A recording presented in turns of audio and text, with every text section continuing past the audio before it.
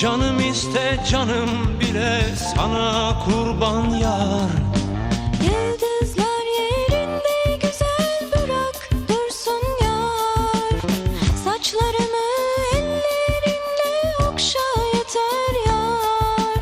Gönlüm senden bir şey ister, nasıl desem yar.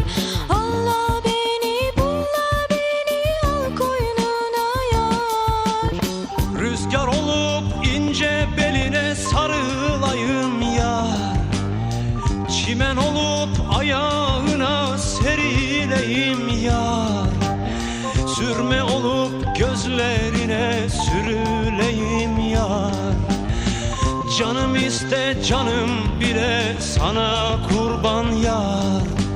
Allah beni pulla beni al koynuna yar.